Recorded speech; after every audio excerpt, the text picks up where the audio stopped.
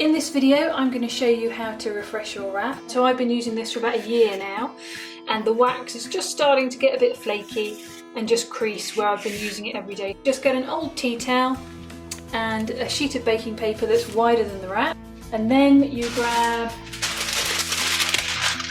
a second sheet of baking paper and lay it on top. What you need is a lovely hot iron. I've got this on high heat with the steam function off. All you do is just start from the middle, and as you can see already the wax has started to melt down, and then I'm just going to work that all the way around the wrap, just melting the wax and redistributing it across the fabric.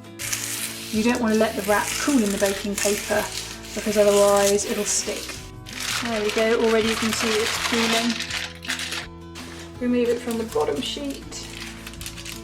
There is side one that I've just refreshed, and you can already see the difference between the two sides.